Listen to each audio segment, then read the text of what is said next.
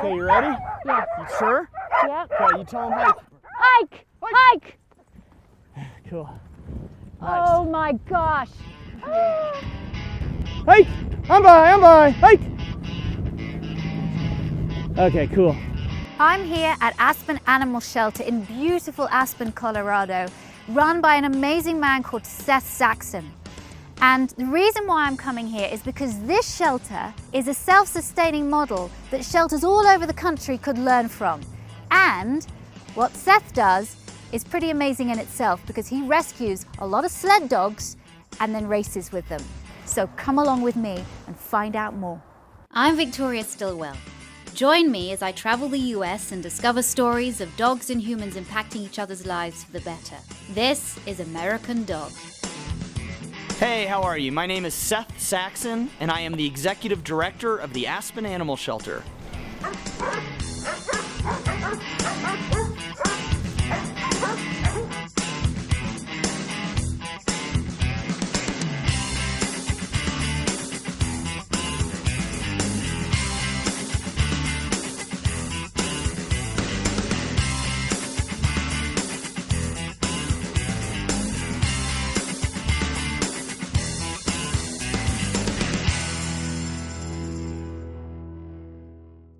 Tell me about the shelter model that you have, because your shelter is actually self-sustaining, isn't it? Yes. How is that possible? Okay.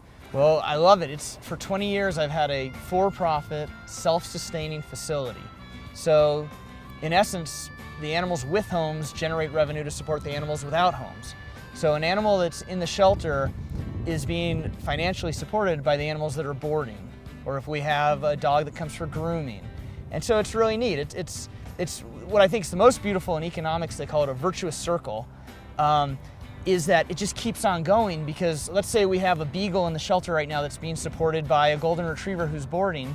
Eventually, that beagle, Genevieve, is going to get adopted, but they're going to continue to board her here, and so she's going to generate revenue to support the next homeless dog. So. See, that is fantastic because, and I wish that more shelters could do that because I think that's a really, really smart model. So you're having a dog that comes into the shelter, it then gets adopted, and then it comes back to you for boarding, and then that dog that was a shelter dog is now supporting another shelter Exactly. dog. It's brilliant. It's exactly. Well, thank you. Now, how did you come to do this? How did you set this model up? Okay, so I came out of college to Aspen to be a dog stud musher, then was hired as the director of the Aspen-Pickens County Animal Shelter, which had just been privatized by one of the deputy sheriffs. But they were losing money, and so I was hired as the director to try to help it.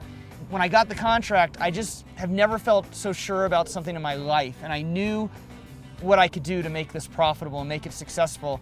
I'd say the biggest thing that I feel like I did to make it profitable and successful and viable was dogs are cool. And Aspen's a real dog town, but I felt like the shelter hadn't connected in with that yet. So I would literally just meet people on the street and we'd talk about dogs, and I'd say, well, if you ever need to board your yellow lab, I have the Aspen boarding kennel and the Aspen Animal Shelter.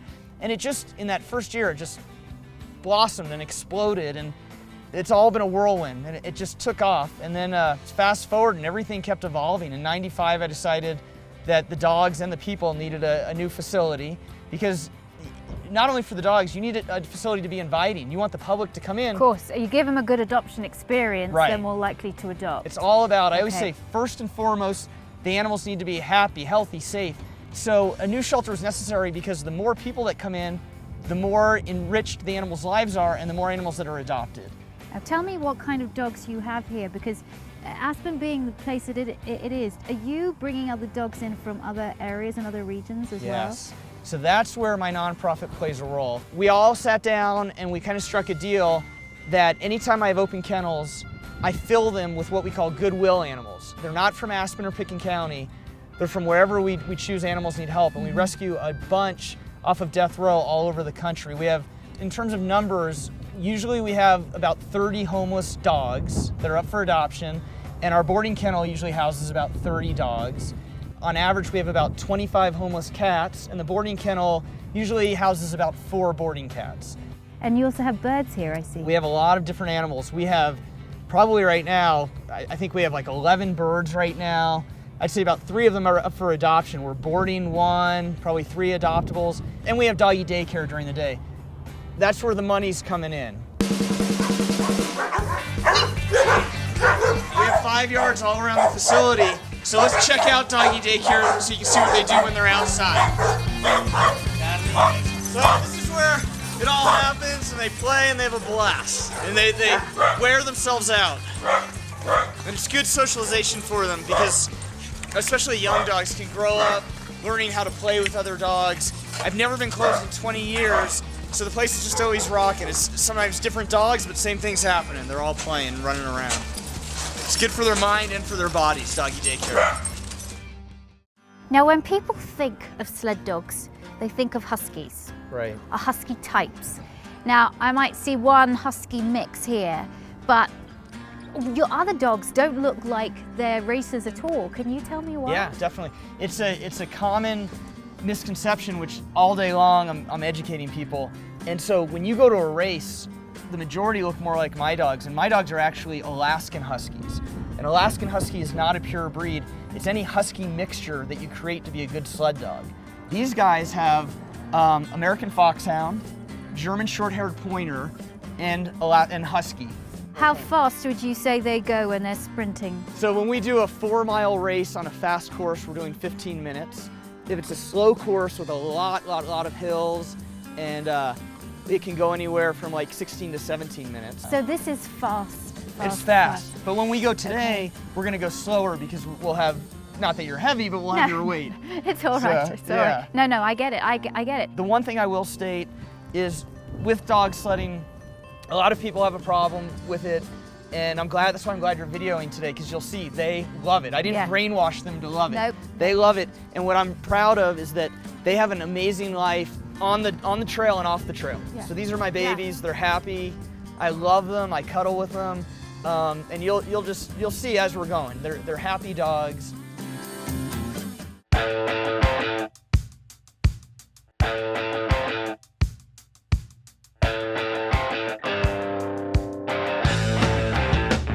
They're slowly like getting excited. Yeah.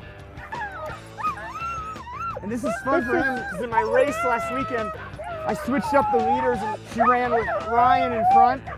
So Noble's back in front now. He's gonna love it. We are ready.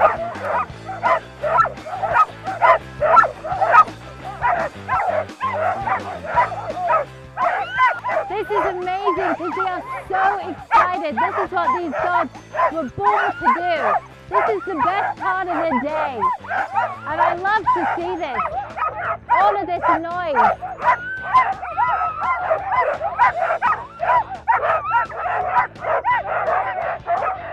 Ready? Woo-hoo! Let's do it! Hike! Hike! Pretty! Hike! Let's go! Hike! Woo-hoo! I'm just letting them get into their rhythm. Since they're carrying weight, I don't want to push them. I want them just, even if they're trotting, just to find it's almost like getting in a runner's high. They'll find their pace and they can go forever like that. And so you guys are with me, but otherwise, say I was bringing cargo in my sled or something heavy and I didn't want to push them, I don't really talk to them. I love, especially at night by moonlight, to listen to their breathing and their feet hitting the ground, and it's really cool. So in terms of speaking and commands and stuff, less is more. The only time I become a madman is in a race. I yell to them, I scream, watch, they're gonna pick it up, watch this. I scream, I love you guys, hike, hike, come on Noble, hike, I love you guys, come on, woo! And this is when I just tell them like, bro, you're the best. I am in heaven right now. Here I am in Colorado in the mountains, and I'm sledding with dogs. I mean, what more could you ask for? I am in absolute, utter heaven.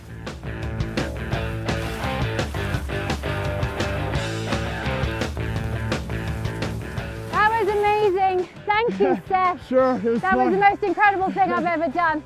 This is Victoria Stilwell from Aspen, Colorado for eHile Pets. Aspen, Colorado, we love you.